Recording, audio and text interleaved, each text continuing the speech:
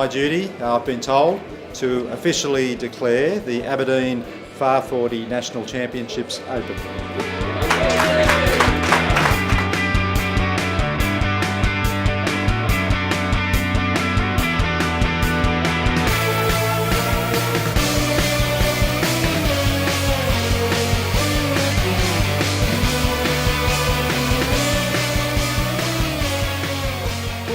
We saw a bit of an opportunity up at the boat end.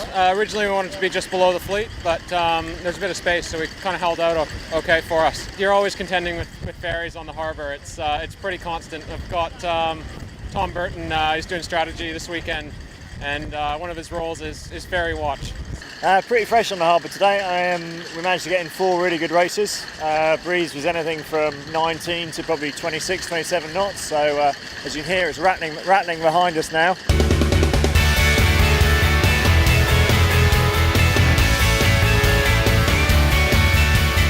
I think the big thing is just trying to control the risk and knowing when you can afford to take it and when you can't.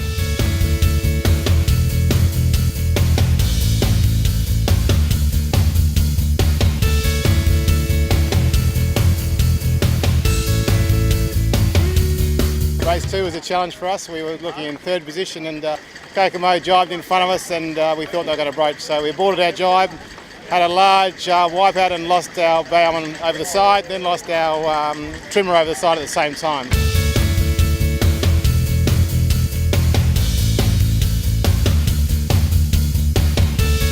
The most freaky part of the day was actually when I was underneath the boat, just checking it out as it went overhead. So I think seeing the bottom of a boat is never something a sailor wants to do.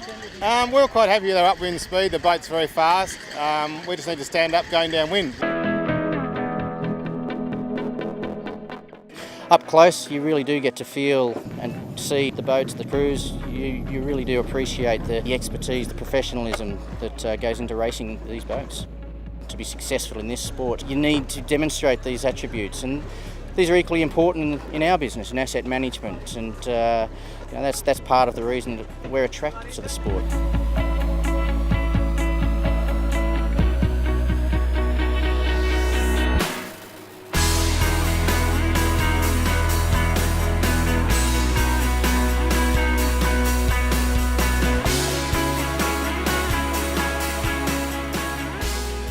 It was a 6-legger, so you just had to keep persevering, just keep winning your own little battles with the people around you. Down the last run, there was probably 3 of us all in a row. We sort of saw some good breeze coming out from the Navy base, and we thought that's for us. So it was good. Just got us over the top of the State Master and in for a win.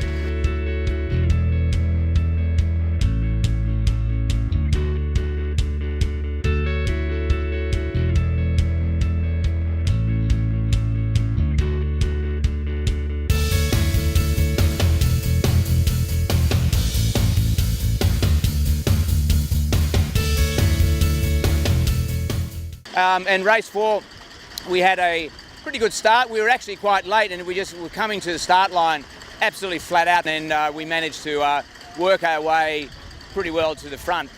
And it's just wonderful, you know, doing 17, 18 knots in flat water in the harbour. I mean, how much better does it get? You know what, today was described as fresh to frightening, so I'm really not sure what tomorrow is going to be called, but you know, we've got a bit of practice under our belts after today.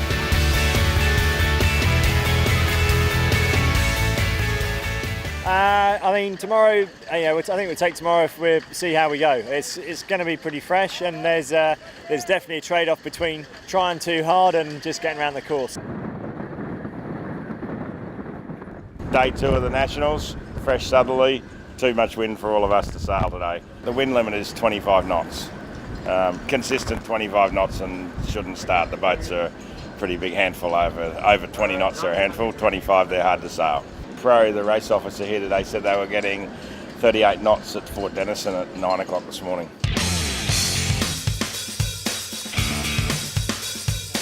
Yeah, I think at the end of Friday we were kind of sitting in around 5th position.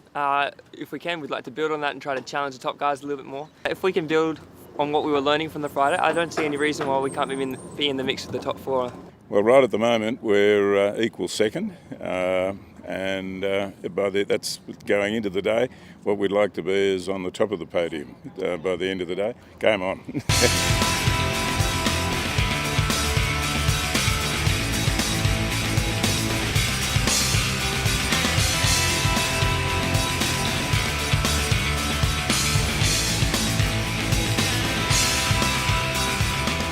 We kicked off the day 6 points behind. We knew we had to come out guns blazing.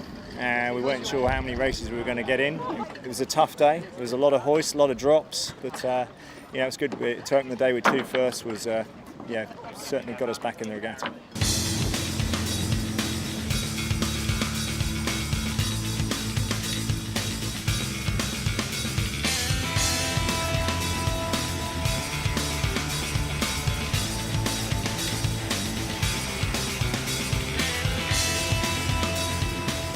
Race 6 today, yes, that was memorable. We had a really good start. We went around the top mark really well. We were flying under kite, and then being in the middle of the fleet, there were a few port and starboards, and we rounded up and nearly hit Australia. Really close.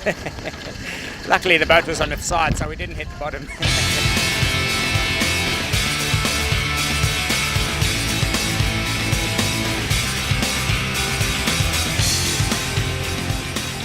It was amazing. We were actually on conditions that were really on the edge of our limit, I think, with 25 knots and gusting at 27. We had a couple of bad races in 5 and 6, and we thought we had to get out there and do something better because we were not happy with the way we were sailing.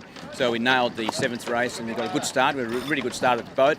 Came in and just absolutely just hammered it and led from beginning to end.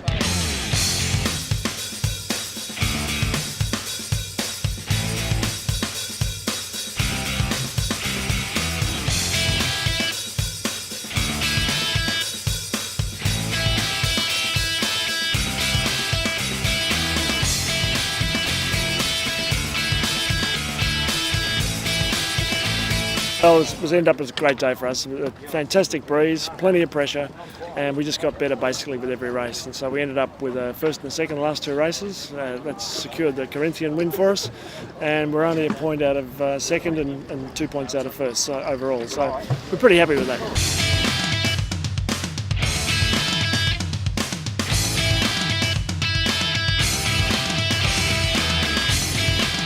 That last race certainly, 26, 27 knots and just sending it down the runs was great. And then the last race, at the start of the last run, we basically knew we weren't winning the regatta. We were in second, so we had to win the race. We had to get past the State Master down the last run. Had a go at it, got past, and then the last jibe in, we just went a little too far, didn't quite get the jibe, didn't quite lay the committee boat, and that cost us the regatta.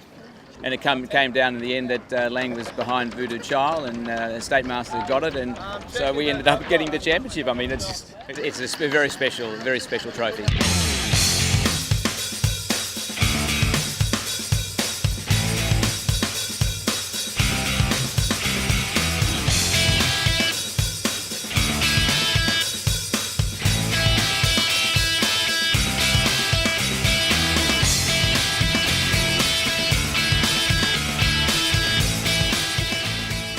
We've renamed the Australian titles the John Calvert-Jones Trophy.